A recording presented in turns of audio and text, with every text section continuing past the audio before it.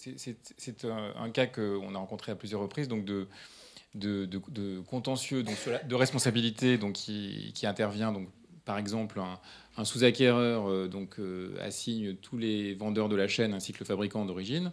Le fabricant étant situé dans un autre pays, par exemple européen, l'Allemagne ou la Hollande.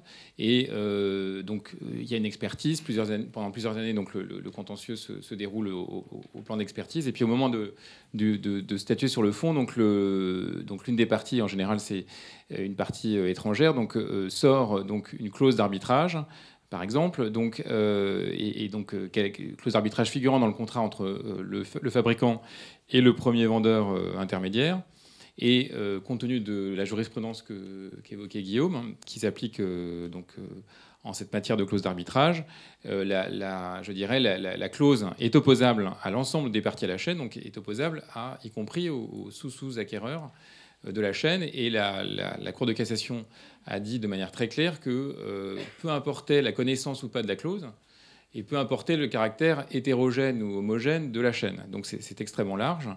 Et donc, la recommandation qu'on peut donner à ce sujet, c'est que quand on conclut un contrat qui peut donner lieu donc à une chaîne de contrats, c'est de vérifier les conditions contractuelles en amont, donc obtenir des déclarations de son contractant sur ce point et faire des vérifications à ce sujet, et aussi avoir des engagements s'il y a des contrats à conclure par la suite sur le fait qu'il n'y aura pas d'impact sur le contrat en question de la part d'autres contrats conclus dans le cadre de la chaîne. Donc d'être très vigilant au moment où on conclut le contrat sur ces aspects-là.